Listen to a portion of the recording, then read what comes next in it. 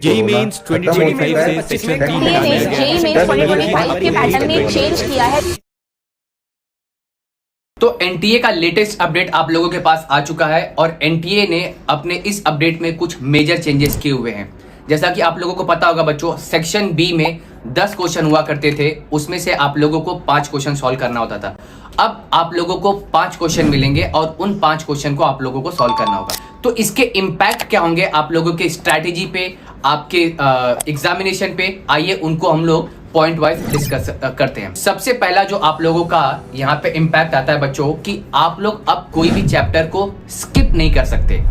पहले ये ऑप्शन हुआ करता था कि अगर आपने कोई चैप्टर स्किप कर दिया, अगर वो क्वेश्चन आप लोगों के सेक्शन बी में आ गया तो you can skip those kind of question, लेकिन अब आप लोगों के लिए ऑप्शन खत्म हो चुका है। तो सबसे पहली एडवाइस मेरी ये रहेगी कि आप लोग सारे के सारे क्वेश्चन अटेम्प्ट करिए, सारे के सारे चैप्टर को आप लोगों को अटेम्प्ट करना ही होगा, चाहे कुछ भी हो जाए। दूसरा जो इम्पैक्ट आता है आप लोगों का आपकी प्रिपरेशन के ऊपर, आप लोगों को अब ज्यादा से ज्यादा सब्जेक्टिव क्वेश्चन और आप लोगों को एडवांस के क्वेश्चन ज्यादा सॉल्व करने पड़ेंगे। एडवांस के क्वेश्चन जो इजी से मीडियोकर लेवल के क्वेश्चन होते हैं, आप लोगों को उन क्वेश्चन को जरूर सॉल्व करना होगा और उनको अब आप लोगों को प्रायोरिटी पे रखना होगा if you want to get good marks in a respective subject. तो आप लोगों को अपनी स्ट्रेटेजी में ये भी चेंजेस करने पड़ेंगे।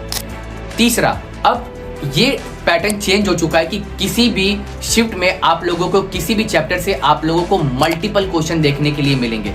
ये बहुत ही कम चांस है बच्चों। अगर मैं आपको एग्जांपल दूं तो फिजिक्स में अप्रोक्सीमेटली 32 चैप्टर्स आते हैं। तो अगर 32 चैप्टर्स आते हैं तो आप लोगों को सिर्फ और सिर्फ 25 ही क्वेश्चन मिलेंगे।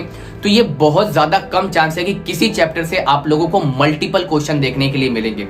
तो अब किसी चैप्टर में से आप लोगों को क्वेश्चन को सॉल्व करना, उसकी प्रोबेबिलिटी जो है बहुत कम हो चुकी है। जैसे कि किसी भी चैप्टर से आप लोगों को बहुत ज्यादा क्वेश्चन सॉल्व करने पड़ेंगे, क्योंकि एक चैप्टर में आप लोगों को मल्टीपल टॉपिक मिलते हैं और उन मल्टीपल टॉपिक में से कौन सा क्वेश्चन आप लोगों की शिफ्ट में आ सकता है, ये बहुत ही ज्यादा चैलेंजिंग होगा आप लोगों को फाइंड आउट करने के लिए। तो बेस्ट एडवाइस आप लोगों के लिए ये रहेगी बेटा कि आप लोग पूरे चैप्टर को करिए, हर एक यूनिट को कवर करिए, हर एक कॉन्सेप्ट को कवर करिए और जितना ज्यादा क्वेश्चन आप लोग सॉल्व कर सकते हैं सब्जेक्टिव क्वेश्चन, उन क्वेश्चन की तरफ आप लोग ध्यान दीजिए बच्चा।